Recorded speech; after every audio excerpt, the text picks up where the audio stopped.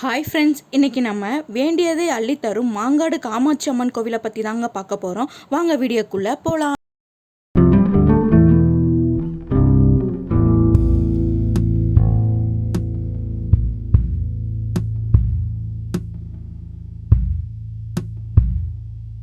அதுலேயும் அதிக பிரசித்தி பெற்ற கோவிலில் இந்த மாங்காடு அம்மன் கோவிலும் ஒன்று. காஞ்சி காமாட்சி அம்மனை தான் நம்மள நிறைய பேருக்கு தெரியும். அதே மாதிரி தாங்க இந்த மாங்காடு காமாட்சி அம்மனும் ரொம்ப சக்தி நிறைந்தவங்க. இங்கே தான் அன்னை பார்வதி தேவி கடும் தவம் பண்ணி அதுக்கப்புறம்தான் காஞ்சிபுரத்துக்கு போய் ஏகாம்பரேஸ்வரரை திருமணம் செஞ்சுருக்காங்க.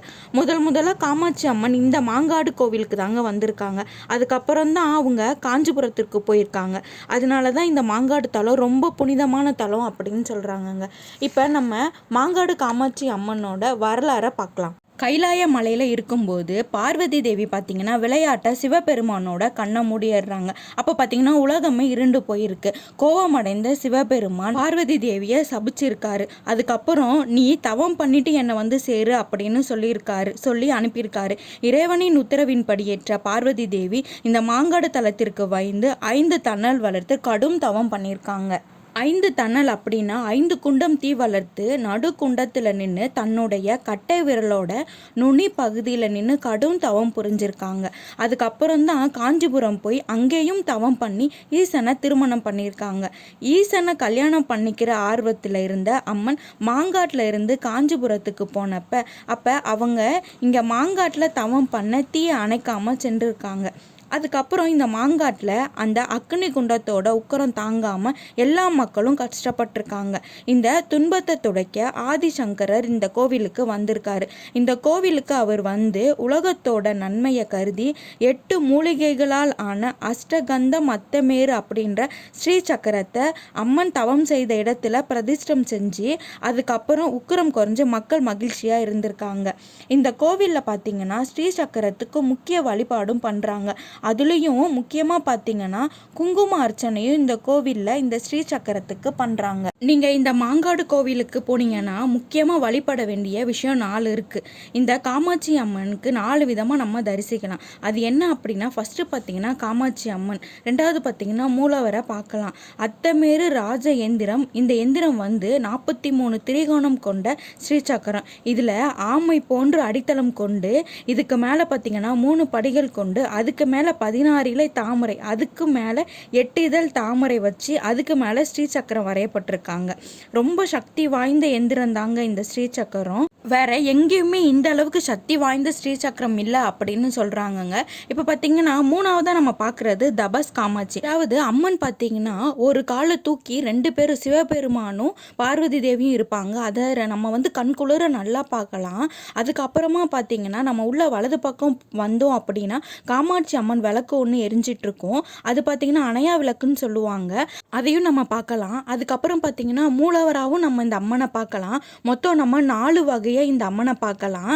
அதாவது பார்த்தீங்கன்னா ஃபஸ்ட்டு காமாட்சி அம்மனாக பார்க்குறோம், 2வது வந்து தபஸ் காமாட்சி, அதுக்கப்புறமா வந்து ஸ்ரீ சக்கர எந்திரம், 4வதாக பார்த்தீங்கன்னா அணையா விளக்கு. இது மாதிரி 4 விதமாக நம்ம இந்த அம்மனை இந்த கோவிலில் வழிபடலாங்க. இந்த கோவிலில் பார்த்தீங்கன்னா தங்க ரதம் இருக்குங்க, அதாவது தங்க தேர் இருக்குது. அதையும் நீங்கள் பாருங்கள். இந்த தங்க ரதம் பார்த்தீங்கன்னா 17.5 கிலோ தங்கத்தால் செய்யப்பட்டதுங்க. தமிழ்நாட்டிலே உயரமான தங்க தேரில் இதுவும் ஒன்றுங்க. இந்த கோவிலில் பார்த்தீங்கன்னா நவ கன்னிகளும் இருக்காங்க. அவங்க ரொம்ப சிறப்பு வாய்ந்தவங்க. ஏன் அப்படின்னா அம்மன் வந்து இந்த கோவிலில் தவம் பண்ணும்போது அந்த நவக்கன்னிகள் தான் இவங்களுக்கு காவலாக இருந்திருக்காங்க. இந்த மாங்காடு தலம் மிக சிறப்பு வாய்ந்த பிரார்த்தனை தலம் அப்படின்னு சொல்கிறாங்க. நம்ம பிரச்சனைகள் ஏதாவது தீரணும் அப்படின்னா 18, 27, 108 அப்படின்ற கணக்கில் எலுமிச்சப்பழ மாலையை இந்த அம்மனுக்கு போட்டு வழிபடலாங்க. குழந்தை பேர் இல்லாதவங்க, வேலை வாய்ப்பு, திருமணம், விவசாயத்திற்கு ஒரு அற்புதமான தலம் அப்படின்னு சொல்கிறாங்க. அது மட்டும் இல்லை, வியாபாரத்துக்குமே ரொம்ப விசேஷமானது இந்த தலம் அப்படின்னு சொல்கிறாங்க. வெள்ளிக்கிழமை, செவ்வாய்க்கிழமை, ஞாயிற்றுக்கிழமை ரொம்ப ரொம்ப விசேஷமாக இந்த கோவிலில் இந்த அம்மனை வழிபட்டு வராங்க. அதுலேயும் பௌர்ணமியில் இந்த அம்மனுக்கு சிறப்பு வழிபாடு நடக்குதுங்க. இப்போ பார்த்தீங்கன்னா புரட்டாசி மாதம் வரப்போகுது. புரட்டாசி மாதம் வரக்கூடிய பௌர்ணமியில் இந்த அம்மனை ஊஞ்சலில் வச்சு சிறப்பு வழிபாடும் பண்ணுறாங்க. அந்த பௌர்ணமி டைமில் நம்ம இந்த கோவிலுக்கு வந்தோம் அப்படின்னா நம்மளுக்கு செல்வம் பெருகும் அப்படின்னு சொல்கிறாங்கங்க. இந்த கோவிலில் 6 வார வழிபாடு முறையும் நடைமுறையில் இருக்குங்க. அதாவது 6 வாரம் நம்ம ஏதாவது ஒரு கிழமையில் இந்த கோவிலுக்கு வந்து இந்த அம்மனை வழிபட்டோம் அப்படின்னா நம்ம என்ன நினச்சாலும் அதை 6 வாரத்தில் இந்த அம்மா நடத்தி கொடுப்பாங்க அப்படின்னு சொல்கிறாங்க. இந்த மாங்காடு காமாட்சி அம்மன் கோவிலுக்கு நம்ம வந்தோம் அப்படின்னா கிரகதோஷம் தீரும் அப்படின்னு சொல்கிறாங்கங்க. அது மட்டும் இல்லை, நமக்கு ஆனந்தம், ஆறுதல், அமைதி இது 3ஐயும் தருபவள் தாங்க இந்த அன்னை காமாட்சி அப்படின்னு சொல்கிறாங்க. இந்த கோவில் பார்த்திங்கன்னா ரொம்ப புகழ்பெற்ற கோவிலில் இந்த மாங்காடு காமாட்சி அம்மன் கோவிலும் ஒன்றுங்க. நம்ம இந்த காமாட்சி அம்மனை வணங்கணும் அப்படின்னா நமக்கு எல்லா விதமான வரங்களையும் தருபவள் தாங்க இந்த காமாட்சி அம்மன் அப்படின்னு சொல்கிறாங்க.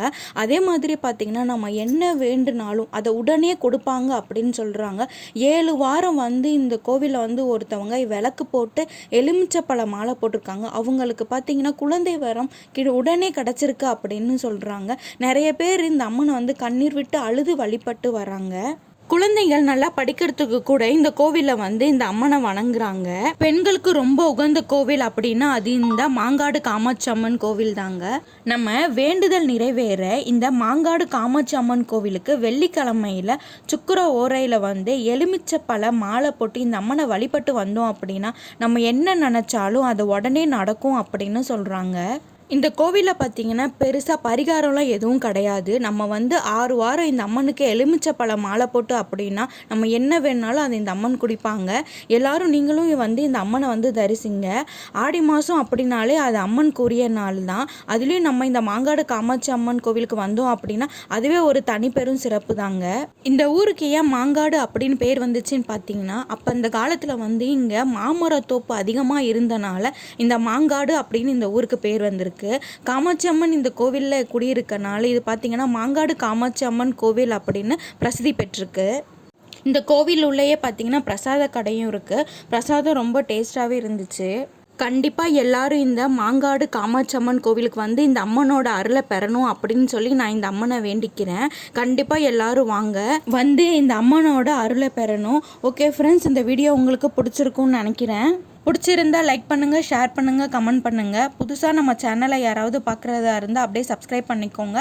பக்கத்தில் இருக்க பெல் ஐக்கானையும் கிளிக் பண்ணிக்கோங்க. அப்போ தான் நான் போடுற வீடியோலாம் உங்களுக்கு நோட்டிஃபிகேஷனில் வரும். ஓகே ஃப்ரெண்ட்ஸ், பாய்.